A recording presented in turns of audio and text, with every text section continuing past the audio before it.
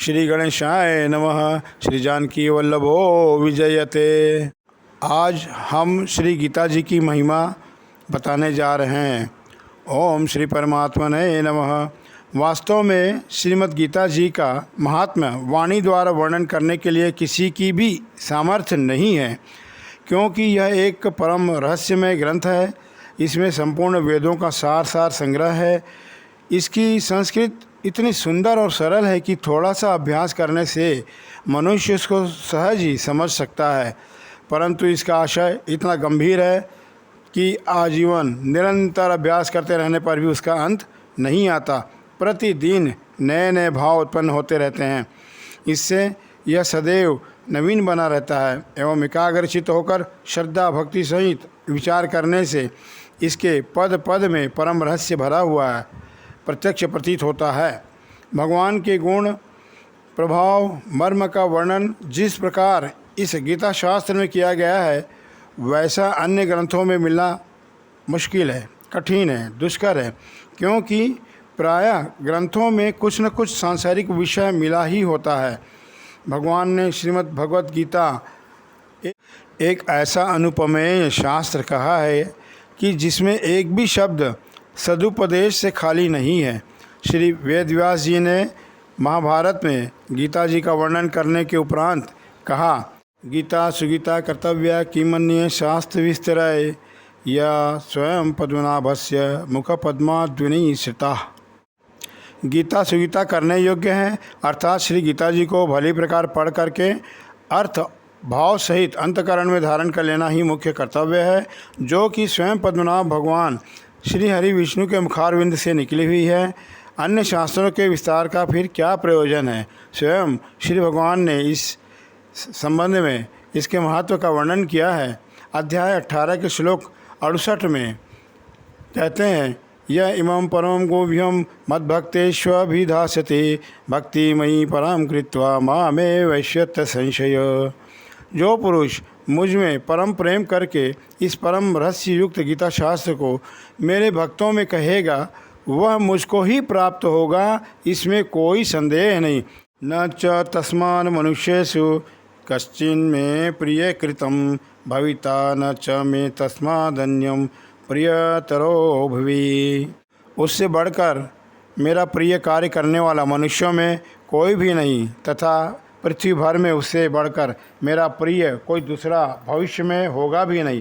अध्यक्षते च य इमं धर्म्यम संवादमावयो ज्ञान यज्ञेन तेनाहमीष्टम स्यायमीति मे मतिम। जो पुरुष इस धर्म में हम दोनों के संवाद रूप गीता शास्त्र को पढ़ेगा, उसके द्वारा भी मैं ज्ञान यज्ञ से पूजित होऊंगा, ऐसा मेरा मत है। अर्थात हे परम तप अर्जुन, द्रव्यमय यज्ञ की अपेक्षा ज्ञान यज्ञ अत्यंत ही श्रेष्ठ है, तथा यावन मात्र संपूर्ण कर्म ज्ञान में समाप्त हो जाते हैं। श्रद्धावान सूयश्च शृणुयादपि यो नरः सोपि मुक्त शुभान लोकान प्राप्नुयात पूर्ण कर्मणानम। जो मनुष्य श्रद्धा युक्त और दोष दृष्टि से रहित होकर इस गीता शास्त्र का श्रवण भी करेगा, वह भी पापों से मुक्त होकर उत्तम कर्म करने वालों के श्रेष्ठ लोकों में प्राप्त होगा। इस गीता शास्त्र में मनुष्य मात्र का अधिकार है, चाहे वह किसी भी वर्ण का आश्रम में स्थित हो, परंतु भगवान में श्रद्धालु और भक्ति युक्त अवश्य होना चाहिए, क्योंकि भगवान ने अपने भक्तों में ही इसका प्रचार करने के लिए आज्ञा दी है, तथा सभी यह कहा है कि स्त्री वैश्य शूद्र और पाप योनि में भी मेरे परायण होकर परम गति को प्राप्त होते हैं।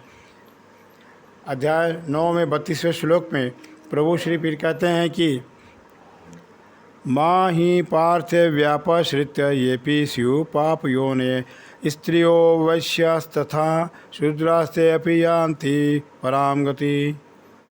अर्थात हे अर्जुन, स्त्री वैश्य शूद्र तथा पाप योनि चंडाल आदि जो कोई भी हो, वे भी मेरे शरण होकर परम गति को प्राप्त होते हैं। जय श्री कृष्ण। अपने अपने स्वाभाविक कर्मों द्वारा मेरी पूजा करके मनुष्य परम सिद्धि को प्राप्त होते हैं। यतः प्रवृत्तिर्भूतानां येन सर्वमिदं ततं स्वकर्मणां तमभ्यचर्य सिद्धि विन्दति मानव। अर्थात जिस परमेश्वर से संपूर्ण प्राणियों की उत्पत्ति हुई है और जिससे यह समस्त जगत व्याप्त है, उस परमेश्वर की अपने स्वाभाविक कर्मों द्वारा पूजा करके मनुष्य परम सिद्धि को प्राप्त होता है। जैसे बर्फ़ जल से व्याप्त है, वैसे ही संपूर्ण संसार सच्चिदानंद घन परमात्मा से व्याप्त है। इन सब पर विचार करने से यही ज्ञात होता है कि परमात्मा की प्राप्ति में सभी का अधिकार है। उक्त विषय के मर्म को न समझने के कारण बहुत से मनुष्य, जिन्होंने श्री गीता जी का केवल नाम मात्र ही सुना है, कह दिया करते हैं गीता तो केवल सन्यासियों के लिए ही है। वे अपने बालकों को भी इसी भय से श्री गीता जी का अभ्यास नहीं कराते, क्योंकि गीता के ज्ञान से कदाचित लड़का घर छोड़कर सन्यासी न हो जाए। उनको यह विचार करना चाहिए कि मोह के कारण छात्र धर्म से विमुख होकर भिक्षा के अन्न से निर्वाह करने के लिए तैयार हुए अर्जुन ने जिस परम रहस्यमय गीता के उपदेश से आजीवन गृहस्थ में रहकर अपने कर्तव्य का पालन किया, उस गीता शास्त्र का यह उल्टा परिणाम किस प्रकार हो सकता है। अतएव कल्याण की इच्छा रखने वाले मनुष्यों को उचित है कि मोह का त्याग कर अतिशय श्रद्धा भक्तिपूर्वक अपने बालकों को अर्थ और भाव सहित श्री गीता जी का अध्ययन कराएं एवं स्वयं भी इसका पठन मनन और पाठ कराते हुए, चिंतन कराते हुए श्री भगवान की आज्ञानुसार साधन करने में तत्पर हो जाएं, क्योंकि अति दुर्लभ मनुष्य शरीर को प्राप्त होकर भी अपने अमूल्य समय का एक क्षण भी दुख मूलक क्षणभंगुर भोगों के लिए भोग में नष्ट करना उचित नहीं है। जय श्री कृष्ण। प्रतिदिन पठन श्रवण के लिए श्रीमद् भगवद गीता महात्म्यम दिया जा रहा है। गीता शास्त्रमिदं पुण्यम य पठे प्रयतपुमानं विष्णु पदम वाप्नोति भयशोकादिवर्जित। गीताध्ययनं शीलस्य प्राणायाम परस्य च नैव सन्ति हि पापानि पूर्वजन्म कृतानि च। मलनिर्मोचनं पुषाजल स्नानं दिने दिने सकृदि गीतादभसि स्नानं संसारमलविनाशनं। गीता सुगीता कर्तव्य किमन्ये शास्त्रविस्तरे या स्वयं पद्मनाभस्य मुखपद्माद्विनिश्रिता। भारतामृत सर्वस्वं विष्णोर्वक्ताद्विनिश्रितं। गीता गंगोदकं पीत्वा पुनर्जन्म न विद्यते। सर्वोपनिषदो गावो दुग्धा गोपालनंदनम। पार्थो वत्स सुभिर्भोक्ता दुग्धम गीतामृतं महत्। एकं शास्त्र देवकी पुत्र गीतमेको देवो देवकी पुत्र एव एको। मंत्रस्य नामानि यानि कर्माप्येकं तस्य देवस्य सेवा। अथ श्रीमद्भगवद्गीता महात्म्यम संपूर्णम। हमारे चैनल संतवाणी सत्संग को सब्सक्राइब कीजिए।